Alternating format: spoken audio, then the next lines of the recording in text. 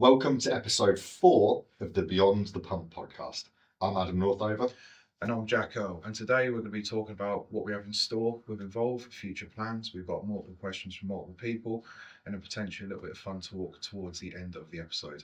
So, should we get into it? Let's get into it. Well, you've already let the cat in the bag. Evolve. What the fuck is that? Well, yeah, what is Evolve? Like last time we spoke to people, obviously they would have seen us as separate coaching entities. You were Evolve with Jack, and I was Adam Northover, the body transformation specialist. But now, me, you, and Naomi, who is the female coach on the team, have joined forces, and we've rebranded to Evolve, the body transformation specialists, and we're a coaching entity, a powerhouse, if you will.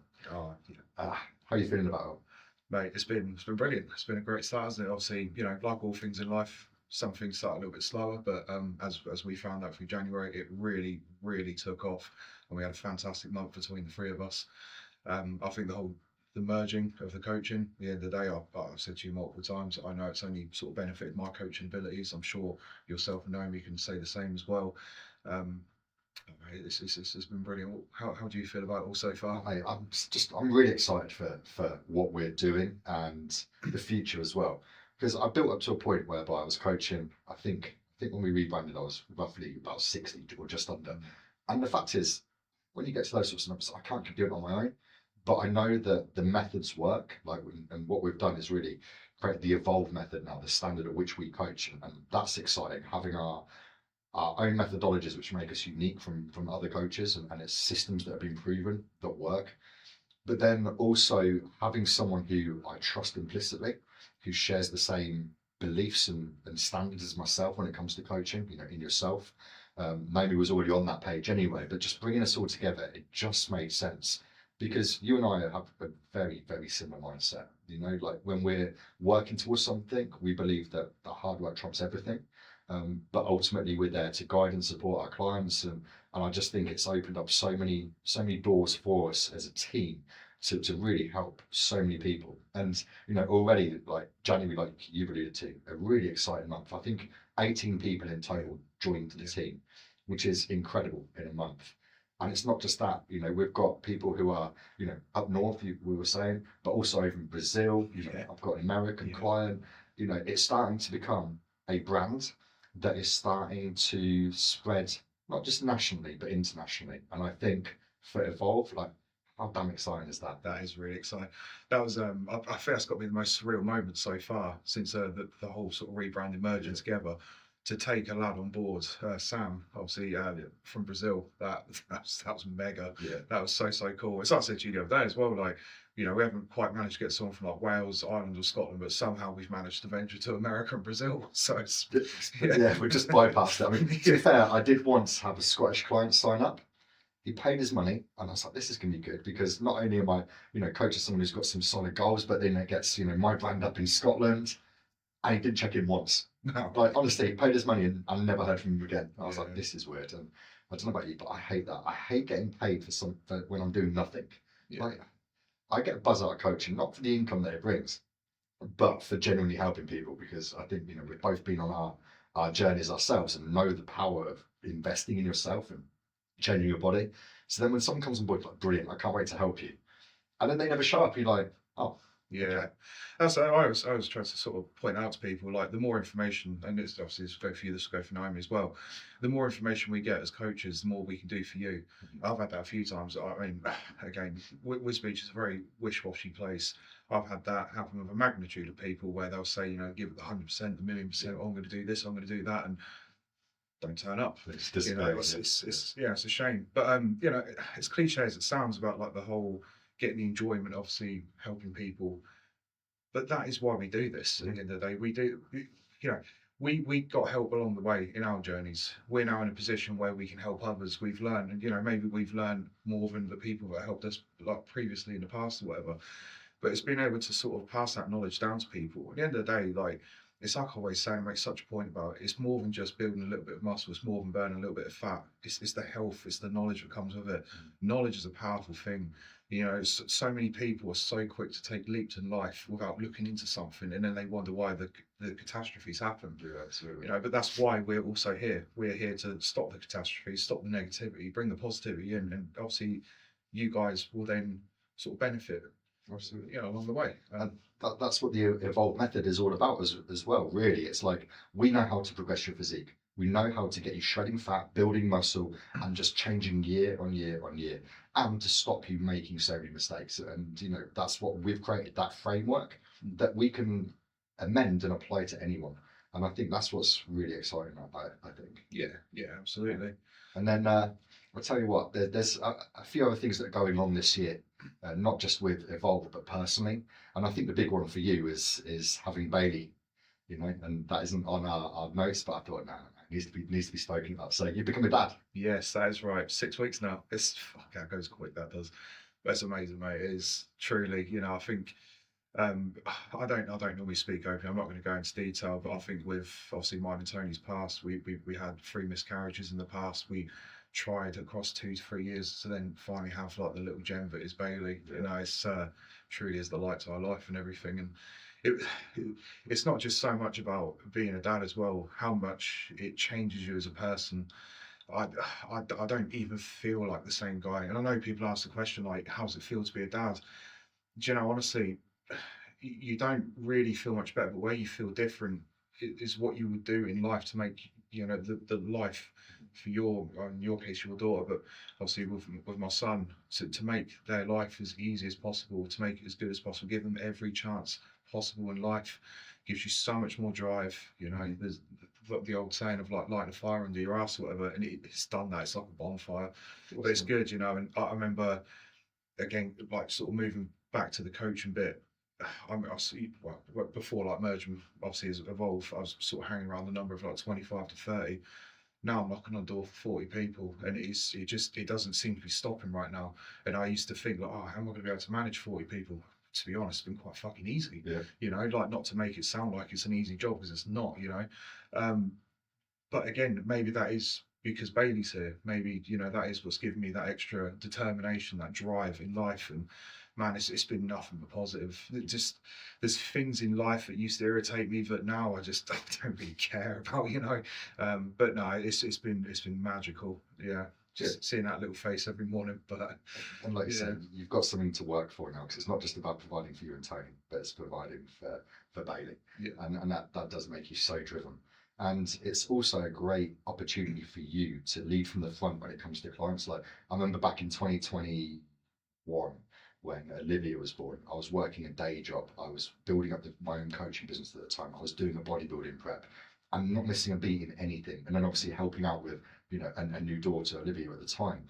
And I used it as fuel to showcase to clients that, look, if I can do all of this, how are you not able to stick to a diet? How are you not able to get your training in play? It's all a matter of priorities. And now you're leading from the front there. So I guess that leads us on to your personal goals. Not necessarily business just now, but what are your bodybuilding goals this year? Bodybuilding goals, well, to be honest, putting it as blunt as this, it would be to get the first win, to take that first gold trophy. 2 shows this year. One will be the 26th of September. The other, I think, falls on the 17th of October, which will be the British Finals. Yeah. I know that sounds like I'm already there, but I'm not. Obviously, I've got to qualify first, which will be... Back yourself, don't you? Yeah, that's it. Yeah, and obviously, me, I will do exactly that. But I think, with how it's going between me and Charlie at the moment, we're in a good spot around light. I mean, I think we'll be knocking on the door for capping out the weight. Mm-hmm. Last year I only lost out to the guy that was the previous British champ. So I mean, to lose to anyone, that's probably not a bad loss, is it? Really. And you weren't far off. No, that's it. No, it was it was a good battle. Great guy as well. We're still staying like contact with each other, which is nice. But yeah, I'd probably say that's not the main goal. And then again, like I say, it's very straight to the point, but it is to win. I've been knocking on the door. I've been getting top 3s. I fell out the top 3 last year, which, as I think I've mentioned this before on podcast, but that one hurt. But because of that hurt, that's certainly sort of dialed me in that a little bit more now. Taking the off season, and it's not like I never took anything, like let's say not as serious as I should. But I'm taking it a lot more seriously now. Everything, every little measure is in place. I'm ticking every box that needs to be, and it's going well. Like body composition's improved week by week. Added size. It's going in the complete right direction. I can only imagine when prep gets here, we'll do the same. And this time it'll be another level of condition. But obviously, my year, well, that's a little bit later on in the year. Yeah. However, you are in prep. Yeah. So I think this is week 5. I've linked back up with Christian Chapman, who coached me in 2023. And you know what? I've always gotten really well with Christian, and he is another coach who kind of sets the standard, if you will. Like, he has so many clients, but he will always make you feel valued as a person, and that's something that we embody as well. It made sense to go back to him. So the plan now is I'm about 15 and a bit weeks out from show number 1, which is the NAC UK. That's what I competed in last year when the return was never going to happen, but did. So the goal there will be to ideally win my class and to potentially push for that overall. But the goal really is to qualify for their World Championships in Latvia, which is June the 7th. That's what I really want. I want to step on stage abroad. I've never done that before, and see where I hang. If I can come away with a top 3 place, I'd be absolutely ecstatic. And that's what I'm working towards. And then it's going to be a case of shutting things down for a little bit, just enjoying maybe a month, because I'm going to go on holiday like a couple of weeks after that World Championship, should I qualify. And then I'm looking to look at picking back up prep for the tail end of the year, probably a show like a PCA qualifier in October. And then if I do well there, then that'll qualify me for their British finals. And then, stepping on stage on the PCA British finals stage and seeing where I stand. Obviously, I'm 41. I'll be 42 for the second run of shows. So I'm still at the baby end, really, of the Masters division. And I think I'm a fresher physique than most. My gut isn't distended like a lot of Masters athletes get. Yeah. I think I've improved since last year, and that last year was my best yet. But I know that I can bring even better this year. Where it will take me, I don't know. But this is a year that really tests the waters, and it will determine what I do over the next couple of years. Like, if I'm rubbish and I look at myself and I'm like, nah, then that'll be it. Whereas if I do well, it'll probably light the fire even more, and I'll be like, okay, let's see how far I can take this over the next 3 to 4 years before I then potentially wind down. Yeah. I think one of the biggest differences in your physique this year, like as a person looking in, is the legs. Yeah. As you previously just said, legs tend to go after the age of 40, and yours have built up significantly especially from the side. An incredible difference. So it's going to be very interesting to see how you stack up, especially in but to be honest, I think it's like most federations when it comes to masters.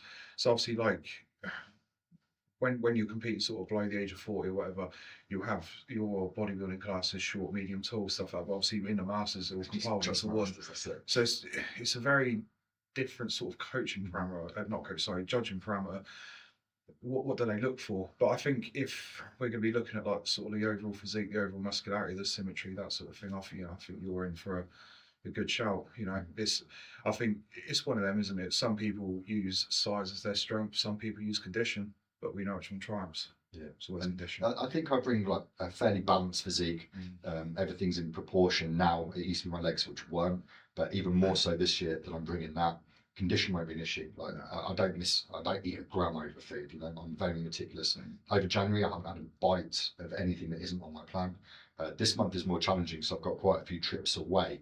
So I may have to at times do a little bit of flexible dieting, but I'll hit my protein goals. The flexible dieting isn't an excuse to put shit in, like, oh, I'm going to go for a pizza. It's right, where can I find some chicken and rice from? That sort of thing. Yeah.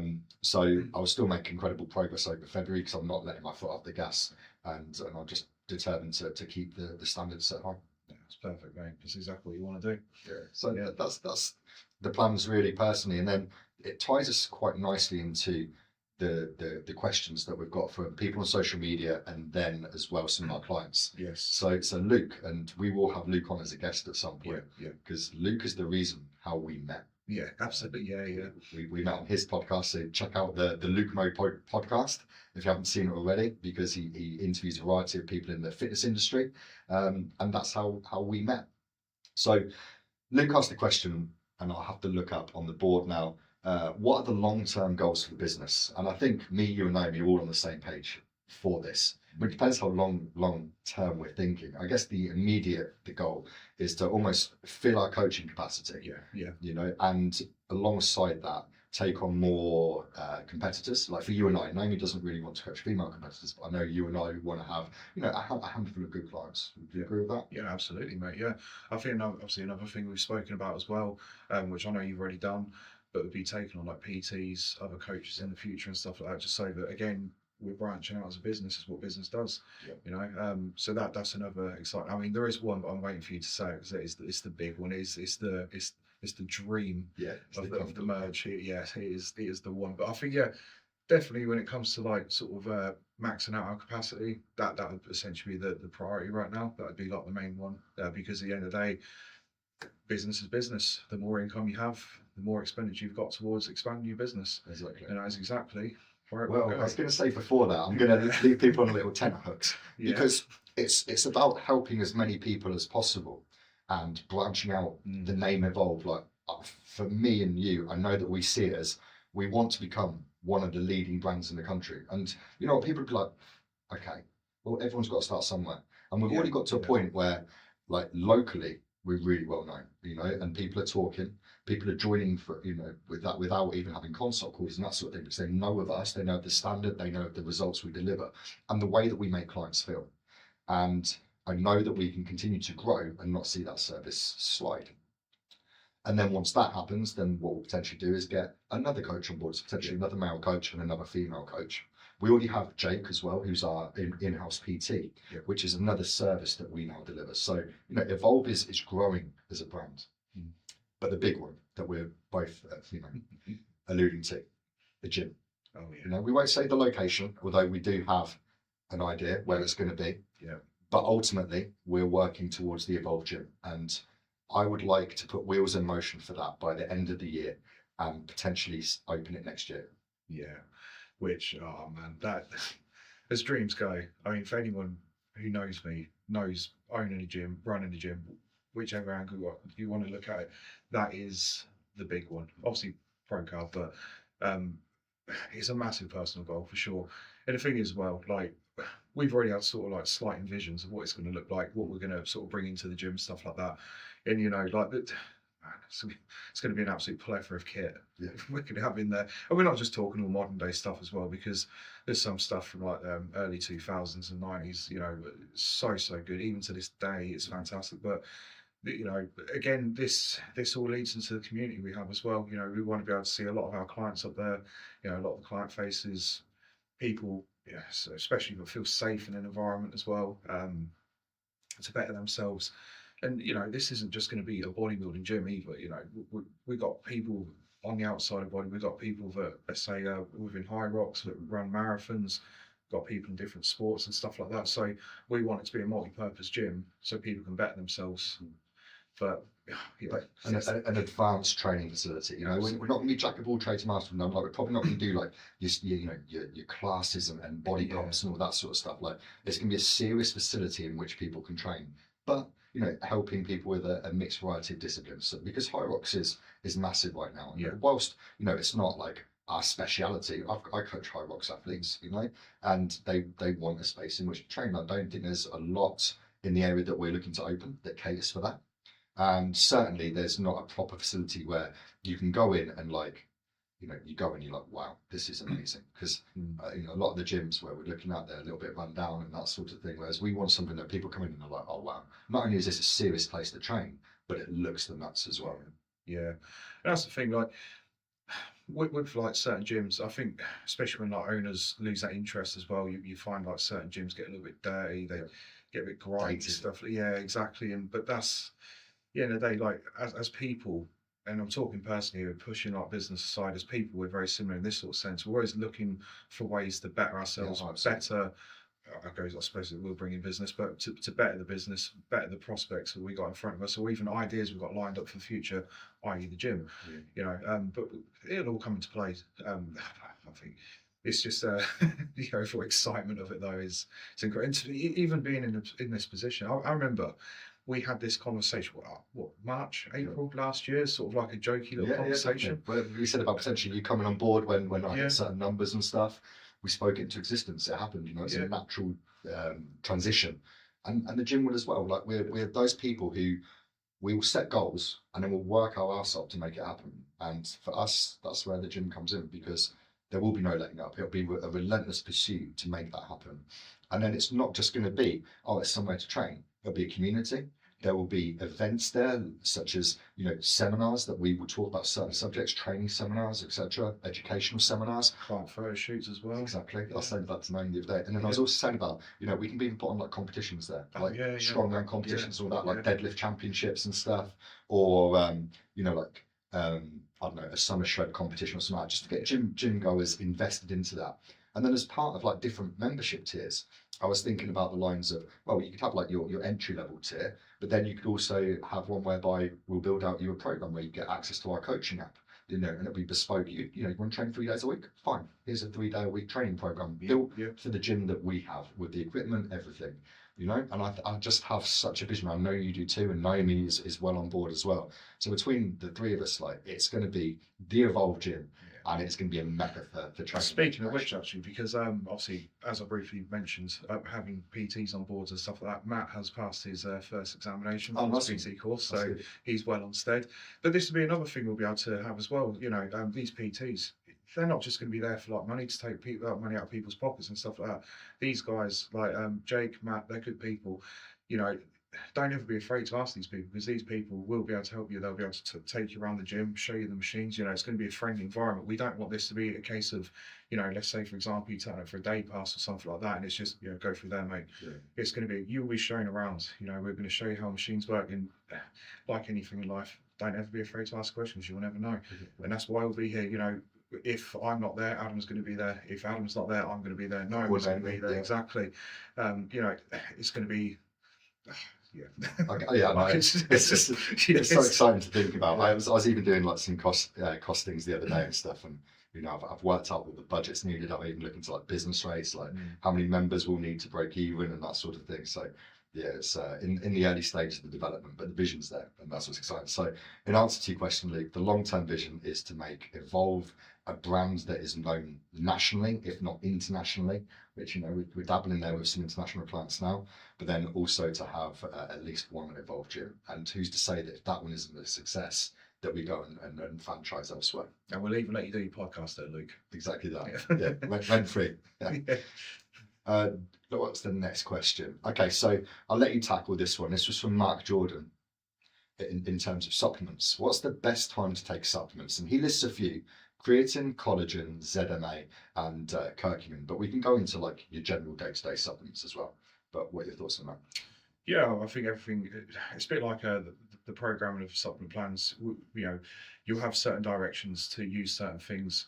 So creatine, for example, you can pretty much use that multiple times over the day. It doesn't matter, does it? No, exactly. I mean, it's what me personally, I take it twice a day. We was having this conversation earlier, actually. L-glutamine is another one. Like, typically, you can take that during the morning. I take this twice a day, and the reason I take that twice a day is because it helps with like the repair of the stomach lining. So, for example, when you're training, especially with like intensity behind it, you're going to attack the CNS. It's going to cause some inflammation. L-glutamine repairing the stomach lining, it will sort of mitigate that issue a little bit. And obviously, of course, through the morning before you train, you've almost got like that little recovery window before you're training. It betters. Creatine, same sort of thing. I mean, there's so many studies within creatine now, isn't there? Like, I don't know if you've seen the latest one in relation to sort of rebuilding cognitive ability at like a higher dosage. I'm talking like 20 grams. Yeah, exactly. Yeah. I don't program that. I tend to program 10 these days. Yeah, that's it used to be 5. Yeah. So like creatine, for example. Me personally, how I use it, I use 15 grams a day. So I normally have 5 in the morning, and then I'll take 10 during my training. A bit like that. Collagen, I wouldn't really. I'd have said as long as it's away from your training. And the reason I say that is because when you're training, obviously we need collagen to sort of rebuild the ligaments, the joints, make everything feel a bit healthier. Obviously, if we're training, you're kind of just thrown something in to destroy it straight away. So ideally, that would probably be like a morning. Maybe, to be fair, probably nighttime, realistically. I think it could be either. Like you say, collagen is just used for general recovery, I would suggest. I mean, going back to creatine, I tend to take 10 grams during my training, but on a non-training day, just whenever I remember. Yeah. And ultimately, I don't think it really matters, because what you're building up is your like saturation levels within your system anyway. So as long as you're taking consistent every single day, it's not really going to make much difference. But for me, on like training day, I have like my set routine. In there's like EAAs at the moment, branch chain cyclic dextrin, and creatine monohydrate as well. Yeah. So the word actually consistency we use, that would actually just be the main thing in regards to supplementation. Absolutely. When we're talking about like times to take things and stuff, I pretty much would say if you had that plan in front of you, you've got your directions in front of you in terms of like when to take stuff, just keep consistent with it. You know, if like multivitamin, for example, you could probably have an argument with that one when it comes to like ZMAs. So see, those two will sort of attack each other, and then they almost extract the benefits away from each other. So multivit would be a morning supplement, ZMA before you go to sleep, a little bit like that. So yeah, there's not many because supplements are so bioavailable to the body. I wouldn't say there's many out there that really have the adverse effect against one another. No. And there's some that can enhance the ability as well. So like if you were to take vitamin C with iron, it helps the iron absorption and that sort of thing. I mean, iron isn't typically something that we will program for a client. Obviously, there are iron issues. Yeah. A lot of women will get that from heavy periods and stuff. Where if you're looking at that, well, take a vitamin C tablet alongside your iron, and that's going to help the absorption. Yeah. But I think the big one, like you said, ZMA at night. Sometimes people will be taking ZMA plus another magnesium, like magnesium glycinate or something like that. But that can cause stomach issues if you're taking too much. So just look out for that. And if you notice digestive irregularities, then drop one and take potentially one early in the day. Then curcumin's another one to take away from training. Exactly. So that's inflammation. What people don't understand is inflammation post training is a good thing. Yeah. That's where you're flushing your nutrients for repair. And if you're dulling that inflammation process, actually you're mitigating your repair to a degree. Yeah. So I always say to people, if you're training in the morning, take your curcumin in the afternoon or evening. Yeah. If you're training in the evening, take it in the morning. So I think it's pretty good for sort of building up a positive effect would be combining betaine and hydrous with creatine. I've got a few of my lads running that and their recovery's off the charts. Yeah. Obviously creatine is a recovery supplement, and it just enhances the effect. Betaine's a little bit better for muscle building. Obviously, with recovery comes muscle building anyway, but you normally find when you put the two together, betaine and hydrous does a little bit more for the muscle building, and creatine sort of leaves itself for the recovery. But combine them together, it's unbelievable. But that even has, betaine and hydrous has been scientifically proven to have a positive effect when taking sort of PEDs and stuff like that as well. Sort of keeps that androgen receptors nice and fresh and a little bit more receptive. And some people will be like, oh, where do I get my betaine from? You can take it as a standalone, but if you get a decent pre-workout, most decent pre-workouts have a clinically dosed amount of betaine in there. And you don't need a lot of either, people. Honestly, that stuff is, it can have some adverse effects if you take too much. I'm talking like 3 grams. Yeah. You do not need a lot. So if you're someone like, as Adam said, if you've got it in your pre-workout, be careful of the measurement within it. If you were to add some stuff on top, again, just make sure you've done your math correctly and don't go over the 3 to 4 gram mark. But 3 grams is probably like this sweet spot. Yes. Okay. And then Simon, one of my clients, was asking about the benefits of taking T5s. T5s are one of those supplements that I used a long, long time ago, and then they went dead. You couldn't get them from anywhere. And then recently, we work with a company called Fuel for Fit, and the Fuel for Fit told me we sell T5s. So, brilliant, I'll take a look. And for those who aren't aware, it's an ECA stack, ephedrine, caffeine, aspirin. And essentially, it's a beta agonist. And what it's going to do is it is going to increase your metabolic rate at rest. It is going to help with the mobilization of fatty acids. So essentially, it's going to help you store body fat for fuel. And it is going to give you a massive burst in energy as well. So it almost puts your body into like a fight or flight mode. So increased heart rate at rest, which is obviously, increased heart rate, we know burns more calories at rest. It is something which I akin to putting the fuel onto a fire. Like if you're already in a good calorie deficit and you've got that raging inferno, then what can you add to then take it to that next level? For me, 1 capsule of T5s taken in the morning with the first meal is absolutely ideal. Again, it's something that you don't want to take at night because of the caffeine element here, and you'll just be wired.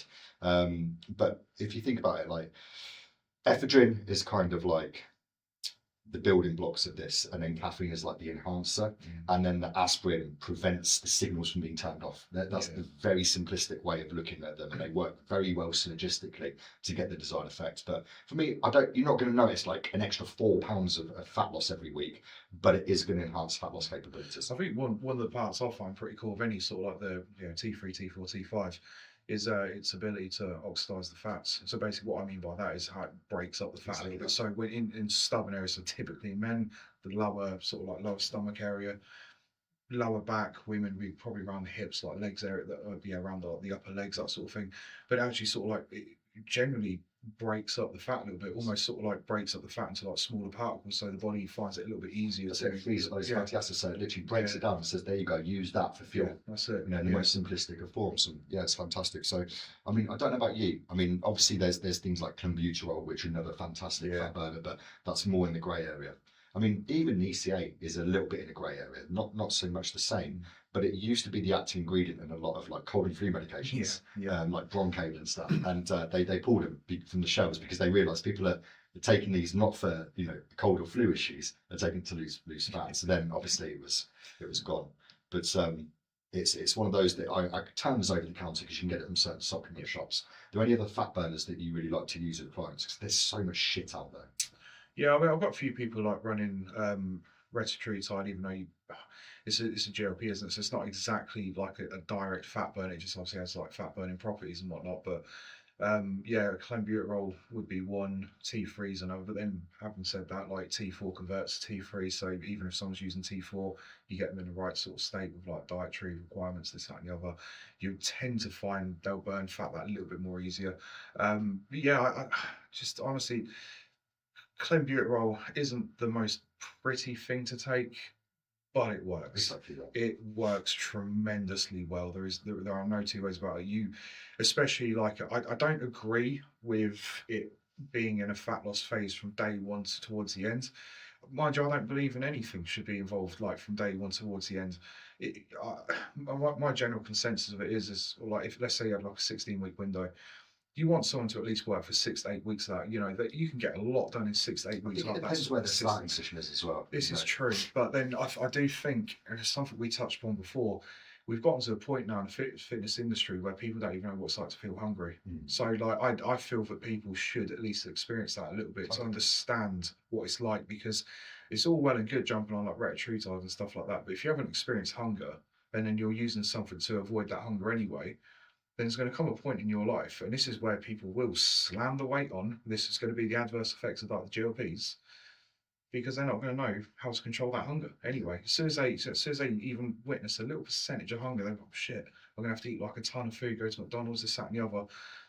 But yeah, obviously, like starting point, it does of course matter. But I just think that surely there's a point where we should only just introduce certain like fat burners, drugs, whatever it may be. Definitely. For me, I need all the ducks in a row first. I need to make sure that someone's diet at some point, their training's on sleep, their recovery's on point, their sleep's on point, everything.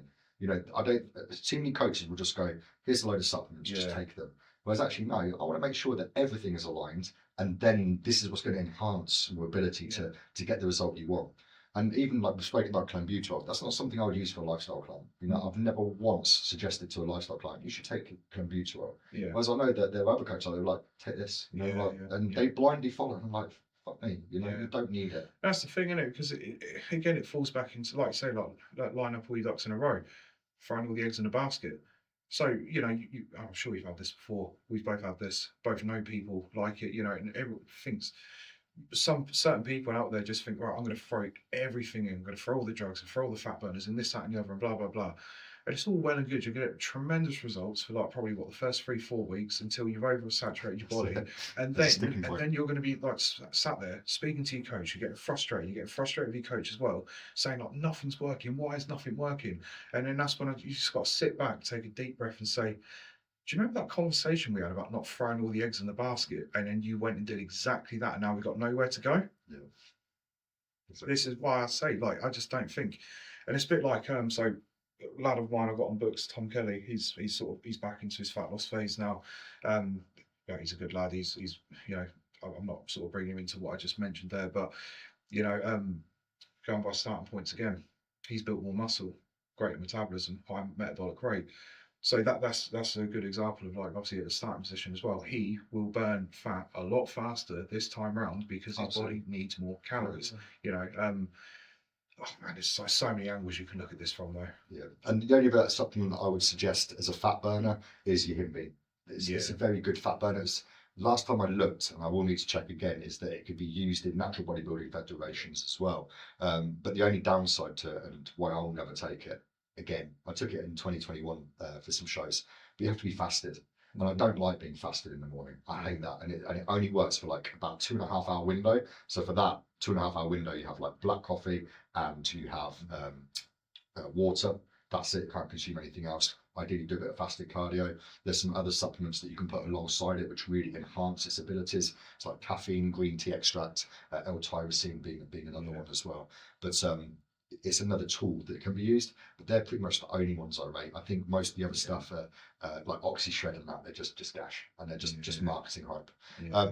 But for supplements, we'll cross that off the list. I think we've spoken about the benefits of taking T5 from Simon. Mark's question about supplements. So how about from Andy, how to grow whilst cutting?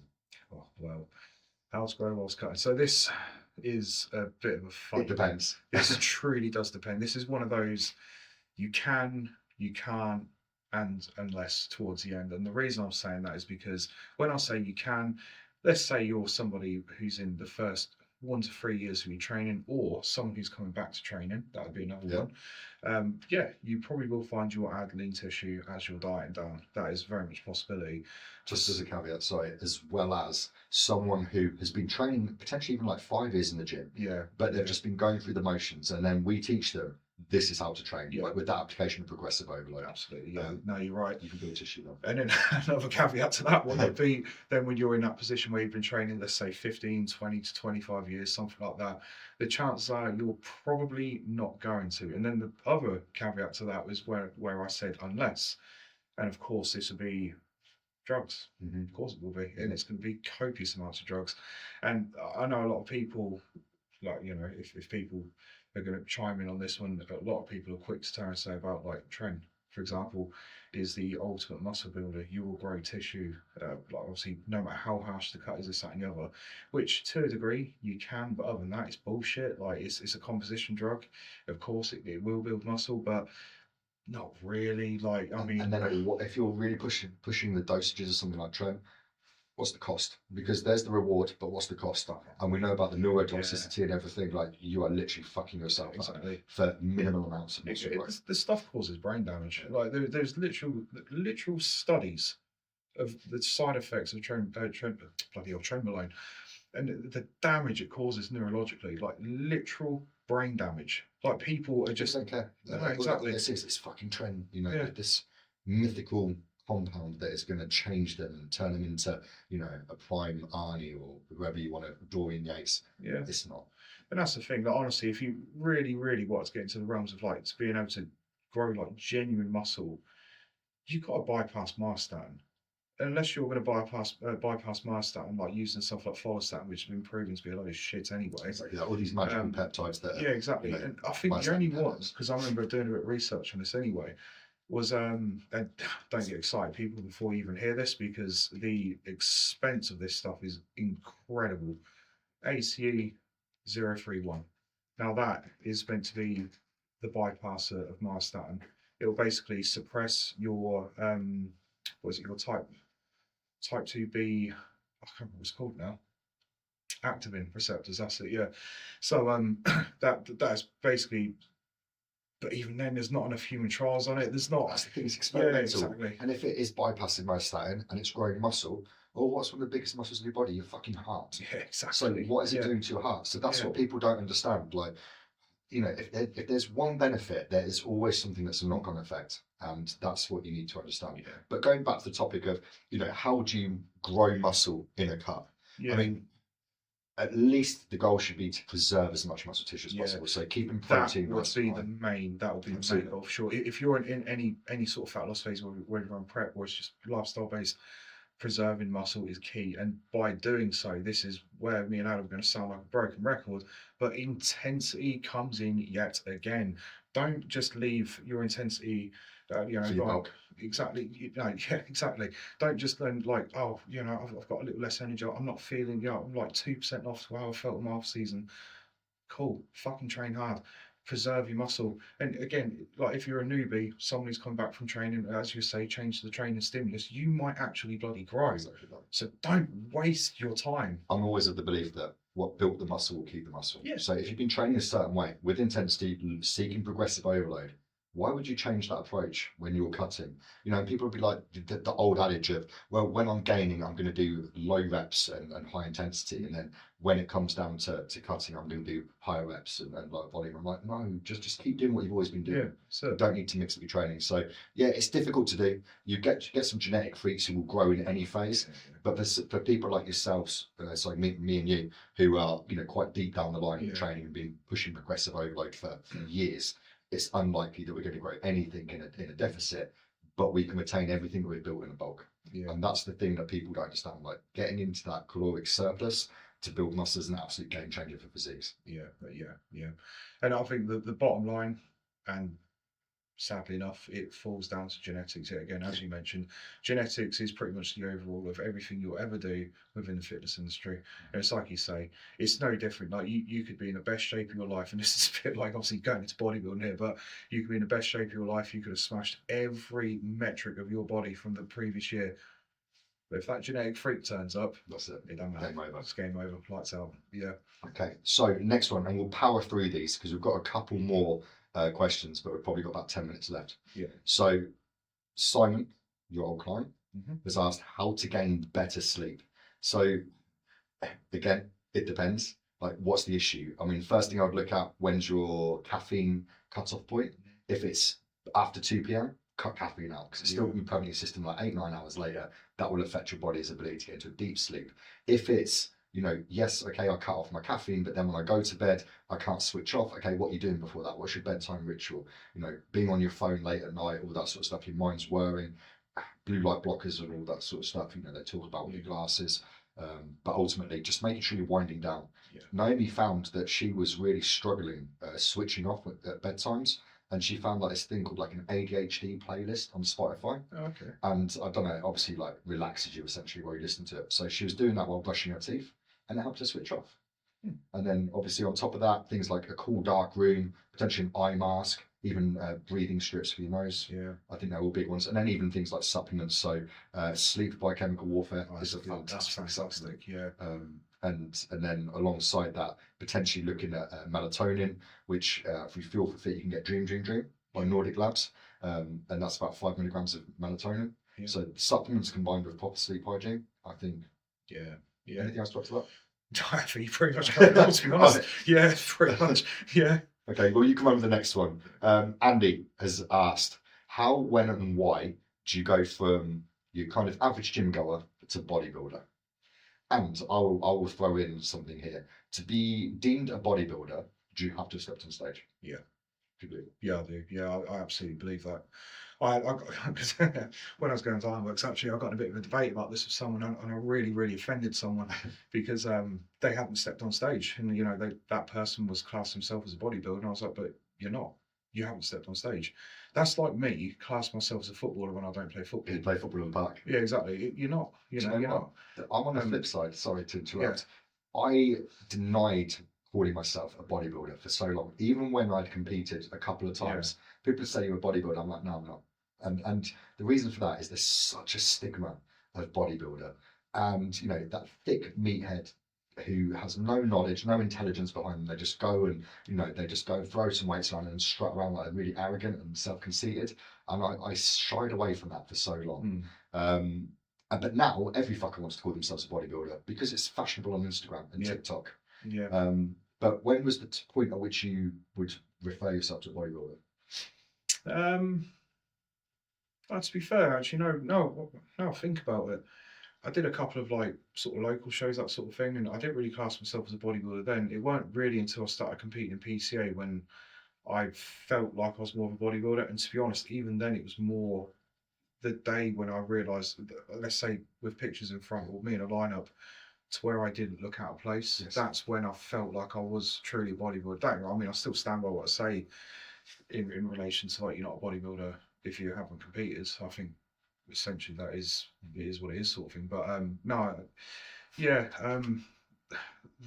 the why behind it, or the how, man, honestly, it's a big decision to make, really, isn't it? Because it does impact your personal life, it impacts your family life. Discipline. People do not appreciate how disciplined. No, that's the thing. Like it's I don't this see this I don't know about you on this one. I know a lot of people class it as a sport. I don't really class it as a sport. I class it as a lifestyle. Mhm. But yeah, like honestly, like I think if for anyone looking into wanting to do a bodybuilding show, let's say you've done a fat loss phase, just amplify that Sounds 10 times yeah. over. You know, it truly is a very, very difficult lifestyle to enter. The, the the how behind it, sure, years of training, Yeah. years of muscle building. You truly do have to build an adequate amount of tissue to even really step on that stage, like respectively. I Yeah. think, you know. I think you can live the bodybuilder lifestyle, Yeah, yeah, and I think you can say you live the bodybuilder lifestyle. yeah. But I think until you look like you belong on stage, that's what held me back. Like I even look at 2023 when I was the second in that BPA British finals. I looked at myself and I picked myself apart and I hated it. And I still felt like I was pretending to be a bodybuilder. Whereas people have delusions of grandeur. They step on stage, I'm a bodybuilder now. Like, yeah, but you just took last place. You looked awful. You know, like Yeah, you're not a bodybuilder. It's a difficult one to quantify, I think. But ultimately, I think you just know eventually. yeah, But the 20-year-olds and the kids, they're all bodybuilders now if you ask them. yes, yeah, true, sadly. Yeah. Yeah, because what was it, the how, when, why? So the when behind now that's an interesting one. The when, that is probably the biggest sort of point that dictates your journey. And the reason I say that is because, like yourself, you trained for many years Mhm. without even looking into bodybuilding. Yeah, definitely. And it was just by a chance. One day I come across this video on YouTube, and I was living with a friend of mine called Josh, and there was a video that came up with Jay Cutler and Ronnie Coleman when they went side by side. You know, a bit where they lot sort of brush each Yeah, other's yeah. legs and stuff Yeah, like that, and definitely. obviously the infamous quad stomp. Mhm. And I remember watching it, I was like, oh, man, like how do these guys even get? Now, don't get me wrong, I wouldn't even look a fraction as good as them ever in my lifetime, because again, when it comes to bodybuilding, genetics come into play. There are some guys, Just have it. yeah, like Matteo showed Yeah. me. He's a born bodybuilder. It's He's ridiculous. the wide shoulders, small waist. He's thick set. He's got the roundness to the As a muscle. junior as well, Yeah, he you just know, got it. exactly. You know, but then the more frustrating side, actually, I don't know how you feel about this, because I mean, I've got a lad on my books at the moment, and he has no interest in doing a show and stuff like that. But Which you is look at me which like is you all good. could. Yeah. Yeah, mate. Genetics are unbelievable. Mhm. Absolutely unbelievable. I had a previous lad who was with me before called Jamie. Like I think he goes ironworks. I'm pretty sure he trains at Horsepower. Yeah. I think it's Yaxley. Peterborough. Yaxley, that's it, yeah. But man, like him, like the roundness of the shoulders, the arms, the chest, back, everything. It looks unreal. But you'd never step on stage. Yeah. You know, I don't know. It's a big decision. Whichever way you want to look at it, it's a big decision to take, and it's a decision. But when you do make it and you do go about it, take it fucking seriously.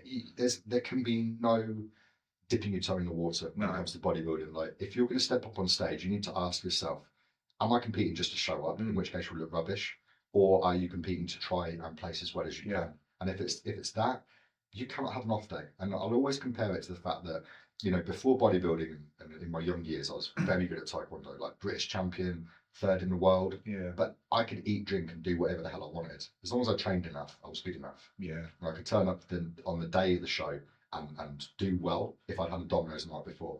With bodybuilding, like this 20-week prep that I'm doing, I will aim to have not a gram over food that is programmed. Because ultimately, if I deviate from that diet too often, it's going to reflect on stage. Yeah. And if I get beaten by someone because I haven't put in the work, that will piss me off. Yeah. I can't accept that. If I'm beaten by someone because they've got amazing genetics, fair play. That's bodybuilding, that's the nature of it. But I don't want to be outworked. And everyone who steps on stage needs to have that mentality that, you know what, I'm competing, so I'm going all in. And the reality is that bodybuilding isn't for everyone. As much as everyone thinks they want that end result, most people aren't willing to do that bit in the middle. And I must have had maybe 4 clients so far who have joined me with the intention of stepping on stage. So we started prep, and like 3 of them dropped out. Yeah. Because they couldn't hack it up here. And then also knowing how disciplined you have to be day in, day out. So I think to almost wrap up that question, you will know when it's time for you to become a bodybuilder because you'll just decide one day you want to take the gym to the next I level. will just add one thing to that, just real quickly. I know a lot of people think I'm like the Grinch of bodybuilders. So I don't believe in like the whole sort of course there's like fun elements to it, but I don't use the word fun when it comes into bodybuilding. And I'm just going to put this in perspective, and this goes again for anyone, I think, looking into the realms of like competing on stage and stuff like that. If you are there to turn up for the fun, believe me when I say there's going to be some motherfucker in the background who's been training in a dark dungeon. He's not give a shit about fun. He has gone through the depths and the abyss through dieting, the training, the cardio, whatever he's had to endure. And whilst you're turning up to have a smile on your face for the fun, this guy is going to trounce you. This guy will spank you from one side of the stage to the next. So that's why I say it needs to be taken seriously. And I'm not just saying it because it's like a lifestyle sport, however you want to class it. It's fucking unhealthy as well, naturally and unnaturally. Yeah, it's not healthy to take your body fat to that level, anyway, and your hormones will be fucked at the end of it. Yeah. And that's why you need to appreciate as well that you need to get a health phase off the back of it. Like you say, natural or unnatural, you need to put these measures in place, and that's where working with coaches can help. Yeah, absolutely. I guess on that note, we were going to talk about gym pet peeves, but that will have to wait for another day because we don't want to, drag this on longer than people want to watch us for. Yeah. So, anything else do you want to say before we wrap up? No, man, no, I think that's pretty much everything. Nice one. Well, I think then, guys, that was episode 4 of the Beyond the Pump podcast. Hope you enjoyed it. Stay tuned. There will be more questions to be answered along the way. And we'll keep you guys updated with any updates we have via social media. So don't forget to like, subscribe, comment, ring the bell, all of that good stuff, because it helps our algorithm. It will get us seen by more people, and hopefully more people can watch and enjoy what we're doing. So for now, take care. Goodbye. It's done.